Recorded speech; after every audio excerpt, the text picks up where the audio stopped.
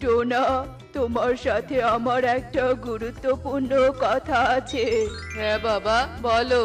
শোনো, তোমার মা আর আমার বয়স হয়েছে। আমার পক্ষে এই রাজ্য শাসন করা খুবই কঠিন হয়ে যাচ্ছে। তাই আমি আর তোমার মা পরিকল্পনা করেছি তোমাকে বিয়ে দিয়ে এই রাজ্য তোমার হাতে তুলে দিব।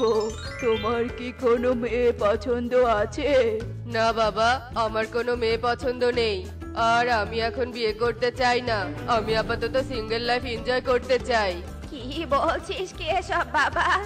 আর কত একা থাকবি? এবার তো তোকে বিয়ে করতেই হবে। আমরা মরার আগে বৌমার মুখ দেখে যেতে চাই। মা বাবা, আমি এই নিয়ে আর কথা বাড়াতে চাই না। কে কি রে, খাবার শেষ না করে উঠে পড়লি যে? খাবারটা তো শেষ করে যা। যা বাবা, চলে গেল। এ ছেলেটাকে নিয়ে যে আমি কি করব কিছুই বুঝতে পারছি না। ছেলেকে তো বিয়ে দিবই দিব। আমার খাওয়া তো শেষ। আমি এখন বনে বের হব মিনু। বনবাসীর ভালো মন্দ খোঁজ নেয়ার জন্য। প্রাসাদে তুমি সাবধানে থেকো। রাজা রাজুটোনা এই বলে বনের উদ্দেশ্যে প্রাসাদ থেকে বেরিয়ে পড়ে। এভাবে কয়েকদিন কেটে যায়। বাবা মায়ের এই বিয়ে কর এই অত্যাচার আর সহ্য হচ্ছে না। আমাকে ওদের এই অত্যাচার বন্ধ করতেই হবে। কিন্তু কিভাবে বন্ধ করব? কিভাবে?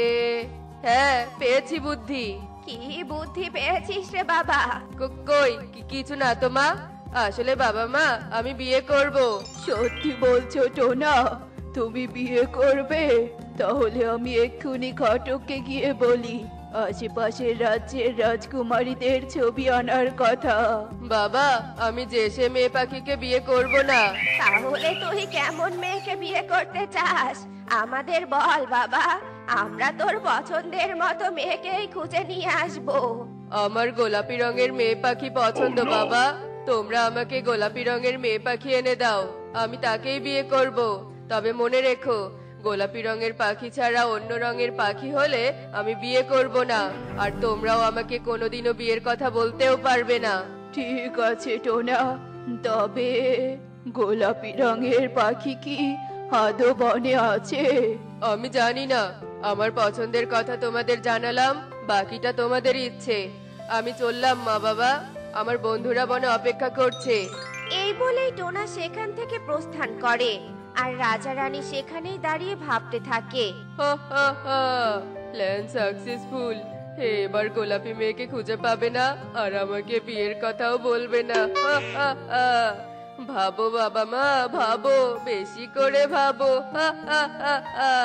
এসব বলে টোনা সেখান থেকে চলে যায়। এভাবেই আরো কিছুদিন কেটে যায়। মা, আমি এত বড় হলাম, তবুও তুমি এখনো আমাকে বললে না আমি তোমার মতো না হয়ে এমন গোলাপি রঙের কেন হয়েছি? মারে, তুই পেটে থাকতে আমি সব সময় গোলাপি রঙের ফল খেতাম। তোর বাবা না করতো, তবুও খেতাম। তারপর তুই হলি একদম পুরো গোলাপি রঙের। তোকে দেখে তোর বাবা রেগে মেগে বাড়ি থেকে বেরিয়ে গিয়েছিল আর মৃত হয়ে ফিরেছিল। আমার গোলাপি হওয়ার পিছনে এত বড় অতীত ছিল। আমি বুঝতে পেরেছি মা, তুমি কেন আমাকে বাইরে বের হতে দাও না। কাঁদিস না রে মা, কাঁদিস না। তোর কান্না যে আমি সহ্য করতে পারি না। দেখি, এদিকে আয়। টুনির মা কামিনী বৃদ্ধা টুনির চোখের পানি মুছে দেয়। অন্যদিকে কাকুলি আর সুখী দুই বান্ধবী একটা গাছের ডালে বসেছিল। কি রে কাকুলি, তোর কি হয়েছে? তুই এত চুপচাপ কেন রে? আর বলিস না, আজকাল ধনী হওয়ার স্বপ্নটা আমাকে শান্তি দিচ্ছে না। কবে যে ধনী হতে পারবো? ঠিক বলেছিস রে, ধনী হওয়ার স্বপ্ন আমারও। বলতো কাকুলি, কি করে ধনী হওয়া যায়? সেটা জানলে কি আর আমি এখানে বসে থাকতাম? সে কবেই ধনী হয়ে যেতাম। তা অবশ্য ঠিক বলেছিস। এভাবে দুই বান্ধবী গল্প করতে থাকে। আস্তে আস্তে বেশ কিছুদিন কেটে যায়। কি খবর সেনাপতি? রাজা মশাই, আমি আপনার কথা মতো পুরো বনের সব ঘটকের কাছে গিয়ে গোলাপি পাখির সন্ধান করেছি, কিন্তু কেউই সন্ধান দিতে পারেনি। এ তো মহাবিপদ। শোনো সেনাপতি, তুমি আমাদের বন সহ আশেপাশের সব বনে ঘোষণা করে দাও। ঠিক আছে রাজামশাই, আমি চললাম তবে।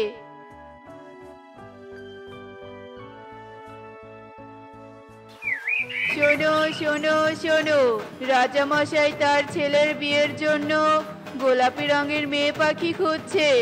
বনে গোলাপি রঙের কোনো মেয়ে পাখি থাকলে রাজপ্রাসাদে যোগাযোগ করার জন্য বলা হলো। শোনো শোনো শোনো। এভাবে সেনাপতি কবুতর ঘোষণা করতে থাকে। এই ঘোষণা শুনে কামিনী বলে, এতদিন পর বিধাতা আমার মেয়েটার দিকে ফিরে তাকালো। আমি তো ভেবেছিলাম আমার মেয়েকে সারা জীবন আইবুড়ো হয়েই থাকতে হবে। যাই, টুনিমাকে গিয়ে খুশির খবরটা বলি।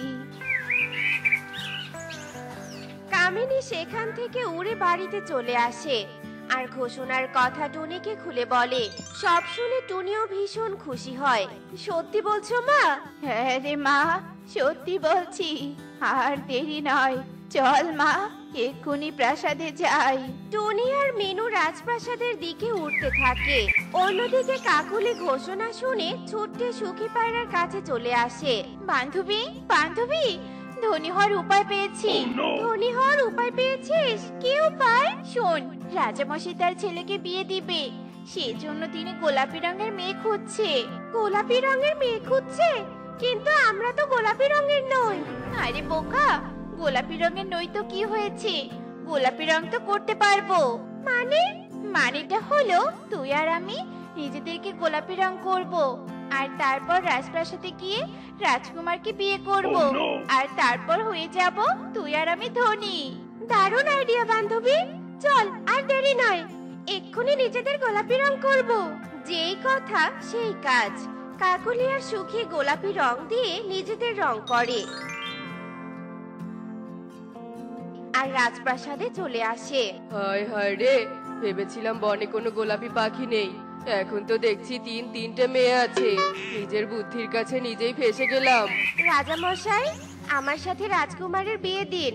আমি সবার চেয়ে অনেক সুন্দরী। না না রাজামশাই, আমার সাথে রাজকুমারের বিয়ে দিন, আমি অনেক সুন্দরী। রাজকুমার, তুমি আমাকে বিয়ে করো, আমি তোমাকে অনেক ভালোবাসবো। তোমাদের তিনজনকে আমি একসাথে বিয়ে করতে পারবো না। আমি তোমাদের তিনজনের একটা পরীক্ষা নিব, যে ওই পরীক্ষায় উত্তীর্ণ হবে আমি তাকেই বিয়ে করব। কি পরীক্ষা নিবে রাজকুমার? আমি এখনো ভাবিনি বাবা, আমার ভাবতে একটু সময় লাগবে। সেনাপতি, তুমি এদেরকে বিশ্রাম কক্ষে নিয়ে যাও, আমার ভাবা শেষ হলে ওদেরকে আমি ডাকবো। ঠিক আছে রাজকুমার। টোনার কথা মতো সেনাপতি টুনি, সুখী আর কাকুলিকে বিশ্রাম কক্ষে নিয়ে যায়। এখানে আমার মাথায় কিছুই আসছে না, আমি কক্ষে যাচ্ছি বাবা মা। এই বলে টোনা তার কক্ষের দিকে পা বাড়ায়, আর ঠিক তখনই কাকুলি আর সুখীর কথা শুনতে পায়। সুখী, আমরা যে রং করি গোলাপি পাখি সেজে এসেছি, এটা বোকা রাজকুমার বুঝতেই পারেনি। তুই আর আমি ওই বোকা গোলাপি টুনিকে টপকিয়ে পরীক্ষায় উত্তীর্ণ হয়ে টোনাকে বিয়ে করব আর ধনী হব। ও, এই ব্যাপার। রং করা পাখি তোমরা আমাকে বোকা বলেছো না? এবার দেখো আমি কি পরীক্ষা নেই তোমাদের। এই বালতি ভর্তি পানি দিয়ে যে সবার আগে গোসল করতে পারবে সেই হবে এই পরীক্ষায় বিজয়ী, আর সেই হবে আমার স্ত্রী, আর সেই সাথে অর্ধেক সম্পত্তির মালিকও হবে। টোনার এমন কথা শুনে কাকুলি আর সুখী নিজেদের অবস্থার কথা ভুলে বালতি ভর্তি পানি তুলে শরীরে ঢেলে দেয়, আর সাথে সাথে ওদের শরীরের রং উঠে গিয়ে ওদের আসল রূপ সবার সামনে চলে আসে। কাকুলি, সুখী, তোমরা এইভাবে রং করে আমার ছেলেকে ঠকাতে চেয়েছিলে? এত বড় সাহস তোমাদের! রাজামশাই, আমাদের ভুল হয়েছে, আমাদেরকে ক্ষমা করে দিন। তোমরা লোভী, তার উপর তোমরা আমাকে বোকা বানাতে চেয়েছিলে, তাই তোমাদের কোনো ক্ষমা নেই। আমি টুনিকে বিয়ে করব, আর আজ থেকে তোমরা দুজন টুনির দাসী। কেন যে লোভ করতে গেলাম, হতে এসেছিলাম স্ত্রী আর হয়ে গেলাম দাসী।